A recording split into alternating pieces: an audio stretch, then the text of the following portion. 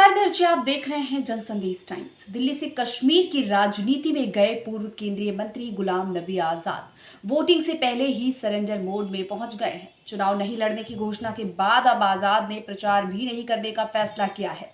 वैसे तो आजाद ने इसका कारण स्वास्थ्य बताया, लेकिन इन चुनावी वक्त में उनके ऐसे ऐलान से अलग ही सियासी मायने निकाले जा रहे हैं। श्रीनगर से लेकर दिल्ली तक सियासी गलियारों में एक सवाल पूछा जा रहा है कि क्या सच में स्वास्थ्य की वजह से ही आजाद ने कश्मीर से दूरी बना ली है। 2022 में कांग्रेस छोड़ने के बाद गुलाम अली आजाद ने खुद की डेमोक्रेटिक प्रोग्रेसिव आजाद पार्टी बनाई थी। आजाद ने अपनी पार्टी में उन नेताओं को जोड़ा जो कांग्रेस या अन्य पार्टी से नाराज चल रहे थे।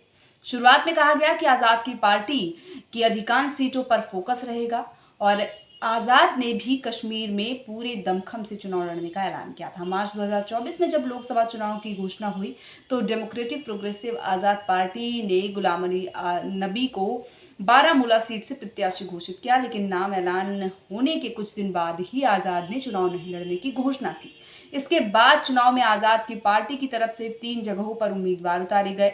चुनाव आयोग के मुताबिक 3 सीटों पर डीपीएस के उम्मीदवारों को 80,264 वोट ही मिले।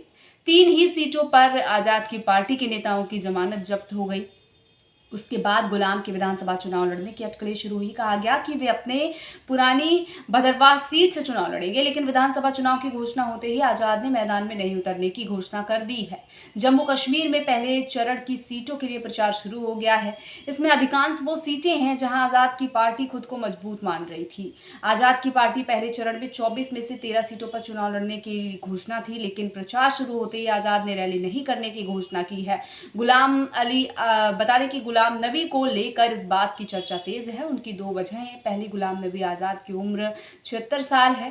कश्मीर में जब अगली बार चुनाव होंगे तो उनकी 80 के आसपास रहेगी। दूसरी वजह उनकी राजनीति रही है। गुलाम नबी करीब 20 साल तक कांग्रेस में राज्यसभा के जरिए ही राजनीति की। कहा जाता है कि राहुल गांधी ने उन्हें कश्मीर में जाकर काम करने के लिए कहा तो उन्होंने बगावत कर दी। अब फिलहाल वो चुनाव लड़ते हैं ना ही विधानसभा का, ये देखना अहम होगा। और बता दें कि राजनीतिक गलियारों में चर्चाएं तेज हैं। खैर, जो भी अपडेट्स होंगी वो आप तक हम जरूर पहुंचाएंगे। तब तक के लिए हमारे साथ बने रहिए और देखते रहिए जनसंदेश टाइम्स। हमारे चैनल को लाइक, सब्सक्राइब और शेयर जरूर करें।